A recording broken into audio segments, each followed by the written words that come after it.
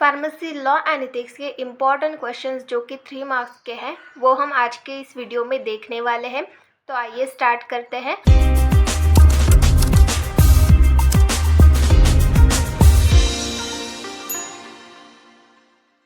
नमस्कार, आपका स्वागत है हमारे चैनल द फार्मा कोर्स 2.0 पे। आज के इस वीडियो में हम देखने वाले हैं फार्मेसी लॉ एंड एथिक्स के इम्पॉर्टेंट क्वेश्चंस के बारे में जो कि प्रीवियस ईयर के पेपर्स पे पूछे गए हैं। उन्हीं क्वेश्चंस के बारे में आज के इस वीडियो में हम देखने वाले हैं। वीडियो अच्छा लगता हो तो वीडियो को लाइक करिए, अपने दोस्तों के साथ भी शेयर करिए और नए हैं तो सब्सक्राइब करिए। तो आइए स्टार्ट करते हैं, देखते हैं कौन कौन से क्वेश्चन है जो कि प्रीवियस ईयर के पेपर्स में पूछे गए हैं। तो सबसे पहला क्वेश्चन है explain the general principles of law. तो यहाँ पर क्वेश्चन क्या है, general principle of law. Law के जो प्रिंसिपल्स है वो यहाँ पर आपको एक्सप्लेन करने हैं। देन नेक्स्ट है question number 2, what are the powers of drug inspector as per DNC act 1940। तो ये जो क्वेश्चन है ये 5 मार्क्स के लिए भी पूछ सकते हैं, 3 मार्क्स के लिए भी पूछ सकते हैं। तो ड्रग इंस्पेक्टर के पास पावर क्या होती है अकॉर्डिंग टू DNC एक्ट 1940, वो यहाँ पर आपको लिखना है। देन नेक्स्ट है question number 3, discuss the qualification of government analyst. तो गवर्नमेंट एनालिस्ट का क्वालिफिकेशन क्या होता है वो यहाँ पर आपको डिस्कस करना है। देन नेक्स्ट है question number 4, define misbranded drug as per DNC act 1940। तो DNC एक्ट 1940 के अकॉर्डिंग मिसब्रांडेड ड्रग की डेफिनेशन क्या होती है वो यहाँ पर आपको लिखनी है। अब यहाँ पर मिसब्रांडेड ड्रग की डेफिनेशन 3 मार्क्स के लिए पूछी गई है। तो यहाँ पर आप सिंगल डेफिनेशन नहीं लिखोगे, यहाँ पर आप मिसब्रांडेड ड्रग की 3 अलग अलग डेफिनेशन लिखोगे, उन पर एक एक मार्क होगा। अगर आप एक ही डेफिनेशन लिखेंगे तो आपको एक ही मार्क मिलेगा। आपको यहाँ पर 3 अलग अलग मिसब्रांडेड ड्रग की डेफिनेशंस लिखनी पड़ेगी। देन नेक्स्ट है question number 5, define drug and new drug as per DNC act 1940। तो ड्रग और न्यू ड्रग की डेफिनेशन यहाँ पर आपको लिखनी है। देन नेक्स्ट है question number 6, define repacking of drug and state any 6 condition for grant of repacking license. तो रीपैकिंग ऑफ ड्रग की यहाँ पर आपको डेफिनेशन लिखनी है और रीपैकिंग लाइसेंस को ग्रांट करने के लिए जो भी कंडीशंस दी गई है वो कंडीशंस कोई भी 6 कंडीशन आपको यहाँ पर लिखनी है। देन नेक्स्ट है question number 7, define illicit traffic under NDPS act 1985। तो इलिसिट ट्रैफिक की यहाँ पर आपको डेफिनेशन लिखनी है। Question number 8, discuss certain operations control by central government under NDPS act 1985। तो सेंट्रल गवर्नमेंट कौन से ऑपरेशंस जो है वो कंट्रोल करती है NDPS एक्ट 1905 के अंडर के, वो ऑपरेशंस जो है वो यहाँ पर आपको डिस्कस करने हैं। जो भी काम सेंट्रल गवर्नमेंट कंट्रोल करती है वो यहाँ पर आपको लिखनी है।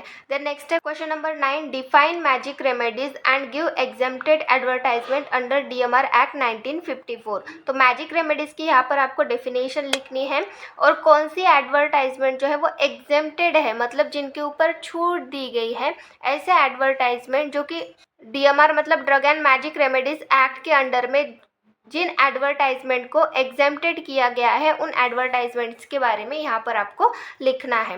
देन नेक्स्ट है question number 10, give offences and penalties under DMR act 1954।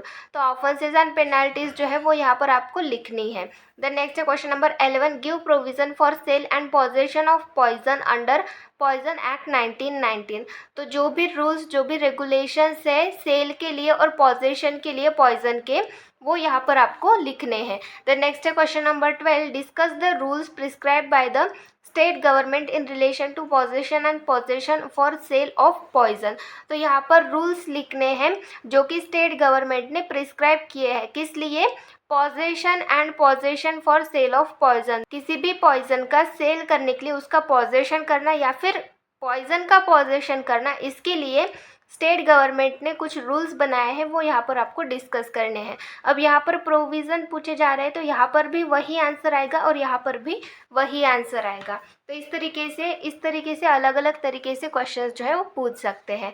Then next है question number 13, list licenses for sale of drug under DNC act 1940। तो यहाँ पर लाइसेंस की लिस्ट लिखनी है, मतलब कौन कौन से लाइसेंस लगते हैं ड्रग को सेल करने के लिए, उनकी लिस्ट यहाँ पर आपको लिखनी है।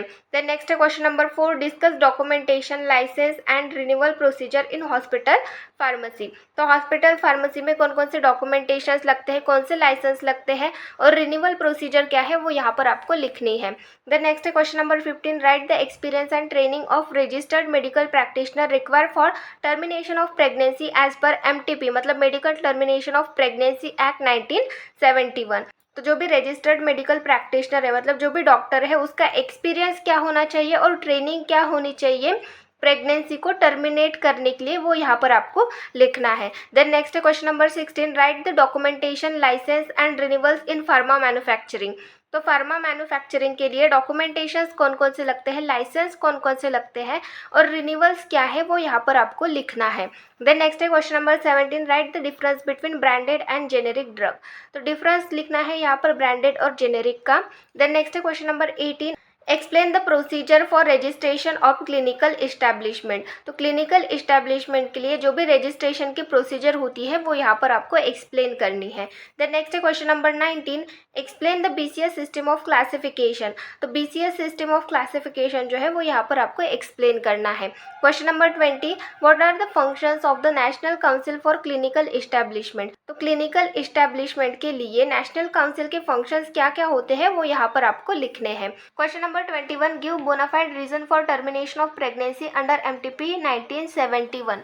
तो यहाँ पर क्या बोला गया है कि जो टर्मिनेशन ऑफ प्रेगनेंसी है, तो प्रेगनेंसी को अगर टर्मिनेट करना है तो एक प्रॉपर रीज़न कौन से होते हैं प्रेगनेंसी को टर्मिनेट करने के लिए अंडर MTP एक्ट, वो यहाँ पर आपको लिखने हैं। तो इस तरीके से ये क्वेश्चंस आते हैं 3 मार्क्स के लिए। प्रीवियस ईयर के जो पेपर हुए हैं उनमें से क्वेश्चंस हैं, और भी क्वेश्चंस है, और भी 3 मार्क्स के लिए जो क्वेश्चंस है वो अलग तरीके से भी आ सकते हैं, उनके बारे में भी हम नेक्स्ट वीडियो में देखेंगे।